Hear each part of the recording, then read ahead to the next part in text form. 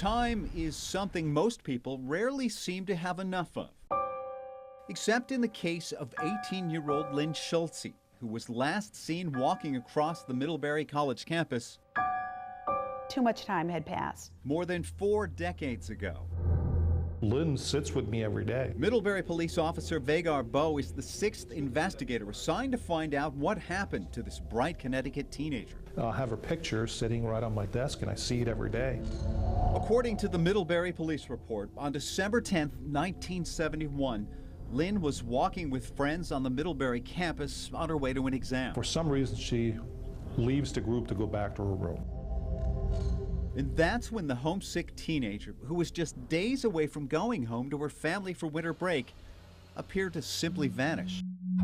Most of Lynn's possessions, including her wallet, were left behind in her dorm. None of it made sense. And Schultze was in high school when her big sister disappeared. It's not like my sister to just decide, oh, I'm not going to do this, and I'm going to just take off. Time worked against this case from the start, because 6 days passed before Lynn was reported missing, before police launched their investigation, and more importantly, before they started questioning people who were the last to see her. The more time between the incident they witnessed or saw and the time it takes for you to get to them to interview them, obviously that memory is going to start to diminish. While investigators tried to play catch-up on a case that got a head start without them, Lynn Schultze's family tried to make sense out of the unthinkable. It turned our family upside down and completely changed all of our lives. Once news of her disappearance began to spread, police started receiving reports from people who claimed to have seen Lynn Schultze all over Vermont, hitchhiking and getting on a bus. The most credible sighting came from a Colchester police officer who reported seeing Lynn here on Church Street with a group of friends,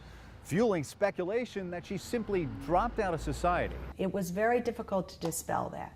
And you never bought that? No, none of us ever did. And today you don't buy that? No, absolutely not. And neither does the investigator who now handles Lynn Schultze's case. Something violent happened to Lynn, and that she was somehow taken away against her will, and that she was the result of some foul play.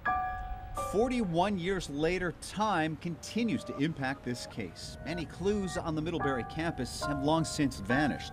And Bowe says many of the people who could still shed some light are no longer alive. Now, I don't even have someone to go talk to, and that's very frustrating. Which means that what police and Lynn's family could really use is a miracle. What I need is someone to either come forward and say, hey, I'm Lynn, this is why I left. Despite the odds of that miracle happening, both Vagar Bowe and Ann Schultze say they still hold out hope in a case with so few clues and too much time. Because there is an answer somewhere. There really is an answer. And, we hope it will be in this lifetime.